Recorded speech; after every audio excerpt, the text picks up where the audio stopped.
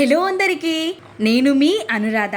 ఈ రోజటి రెసిపీ వచ్చేసి కీరా దోసకాయతో మంచి బ్రేక్ఫాస్ట్ రెసిపీని చూపించబోతున్నాను. అది కూడా హెల్తీ వేలో వెయిట్ తగ్గాలి అనుకునే వాళ్ళకి బెస్ట్ రెసిపీ అని చెప్పొచ్చు. ఈ రెసిపీని మనం రైతాతో సర్వ్ చేసుకున్న చాలా టేస్టీగా ఉంటుంది.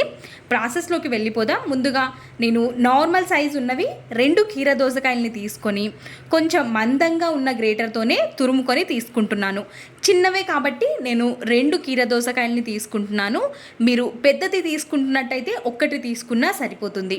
నేను కీరాలకి పైన తొక్క కూడా తీయలేదు, అదే విధంగా తురుముకొని తీసుకున్నాను. ఇప్పుడు తురుముకొని ఒక ప్లేట్లోకి తీసుకొని అందులోకి 1 కప్పు వరకు జొన్న పిండిని యాడ్ చేసుకోవాలి. మీరు మిల్లులో పట్టించుకున్న పిండి అయినా సరే, ప్యాకెట్ పిండినైనా సరే తీసుకోవచ్చు.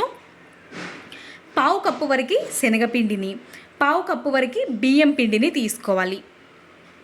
1/2 కప్ అంటే ఇవి 2 టేబుల్ స్పూన్స్ ఉంటుంది పిండి అనేది. తీసుకొని ఇప్పుడు ఇందులోకి కరివేపాకు, కొత్తిమీరని వీలైనంత సన్నగా తరుక్కొని తీసుకోవాలి. పచ్చిమిర్చి తరుగుని కూడా యాడ్ చేసుకోవాలి. ఒక చిన్న సైజ్ ఆనియన్ని కూడా తీసుకొని ఈ విధంగా సన్నగా కట్ చేసుకొని కొంచెం నలుపుకొని తీసుకోవాలి. సపరేట్ అయ్యే విధంగా ఈ విధంగా తీసుకొని ఇప్పుడు ఇందులోకి 1 స్పూన్ వరకు అల్లం వెల్లుల్లి పేస్ట్ని కూడా యాడ్ చేసుకోవాలి.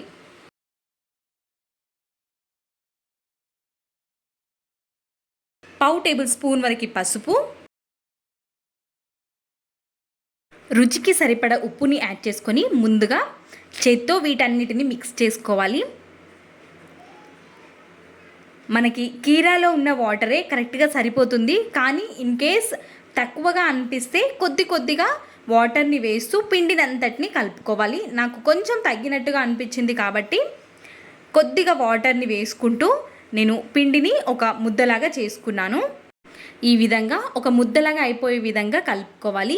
పిండి అనేది మనకి గట్టిగా కాకుండా కొంచెం సాఫ్ట్గానే ఉండాలి. ఇక్కడ చూస్తున్నట్టుగా ఈ విధంగా ఉన్నప్పుడు పిండిని పక్కన ఉంచేసి ఒక కవర్ని కానీ, బటర్ పేపర్ని కానీ, లేదంటే ఒక కర్చీఫ్ లాంటిది ఏదైనా కాటన్ క్లాత్ని తీసుకొని వాటర్లో పిండేసుకొని తీసుకున్నా సరిపోతుంది. నేను ఇక్కడ ఒక కవర్ని రౌండ్గా కట్ చేసుకొని తీసుకుంటున్నాను. కొంచెం వాటర్ని కానీ, నూనెని కానీ అప్లై చేసుకోవాలి కవర్ పైకి. ఇప్పుడు మనం పిండిని ఒక ముద్దలాగా తీసేసుకొని కవర్ పైకి పెట్టేసుకొని మెల్లిగా ప్రెస్ చేస్తూ రౌండ్ షేప్లో వచ్చే విధంగా చేసుకోవాలి. మనం చేస్తూ ఎడ్జెస్ని కొంచెం కవర్ చేసుకొని తీసుకోవాలి. రౌండ్ షేప్లో వచ్చే విధంగా ఉంటే చూడడానికి బాగుంటుంది. ఈ విధంగా రౌండ్ షేప్లో చేసేసుకొని మనకి తీయడానికి కూడా చాలా సులువుగా ఉంటుంది. చూసారా, ఈ విధంగా ఈజీగా వచ్చేస్తుంది. ఈ విధంగా కవర్ని తీసుకొని కవర్ పైన చేయడం వల్ల ఇప్పుడు స్టవ్ ఆన్ చేసుకొని స్టవ్ పైకి ఒక ప్యాన్ని పెట్టేసుకొని ప్యాన్ వేడైపోయిన తర్వాత 1 టేబుల్ స్పూన్ వరకు ఆయిల్ని యాడ్ చేసుకోవాలి. వేడి పెనం పైకి మనం చేసుకున్న అప్పంని యాడ్ చేసేసుకొని మూతని కవర్ చేసుకొని మీడియం ఫ్లేమ్లో పెట్టుకొని వేయించుకోవాలి. మనం కీరాతో చేస్తున్నాం కాబట్టి చాలా హెల్తీ రెసిపీ, సమ్మర్కి సూపర్ స్పెషల్ రెసిపీ అని చెప్పొచ్చు. ఈ విధంగానే మనం మధ్యలో చెక్ చేస్తూ మంచిగా కాల్చుకొని తీసుకోవాలి. మనం ఈ రెసిపీని కీరా దోసకాయతోనే కాకుండా సోరకాయతో కూడా ప్రిపేర్ చేసుకోవచ్చు. ఆ రెసిపీ కూడా మన ఛానల్లో ఉంది, డిస్క్రిప్షన్లో లింక్ ఇస్తాను, ఒక్కసారి చూసేయండి. ఈ విధంగా అన్నింటినీ చేసేసుకొని కాల్చుకోవడమే. వేడిగా ఉన్నప్పుడు సర్వింగ్ ప్లేట్లోకి తీసేసుకొని అదేవిధంగా అన్నిటినీ చేస్తూ అప్పటికప్పుడే కాల్చుకోవాలి. ఈ విధంగా చేసుకొని మనం 1కి 2 తినేస్తాము, అంత టేస్టీగా ఉంటుంది.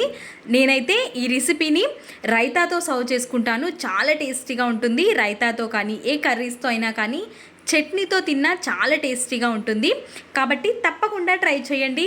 చాలా సాఫ్ట్గా ఉంటుంది, రుచి కూడా ఏ మాత్రం తగ్గదు. పిల్లలు కూడా చాలా ఇష్టంగా తింటూ ఉంటారు. కాబట్టి ఈ విధంగా ట్రై చేయండి. మీకు ఎలా అనిపించిందో మీ వాల్యుబుల్ ఫీడ్బ్యాక్ని కమెంట్ సెక్షన్లో నాతో షేర్ చేసుకోవడం అస్సలు మర్చిపోవద్దు.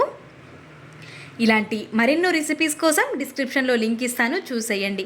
Thanks for watching.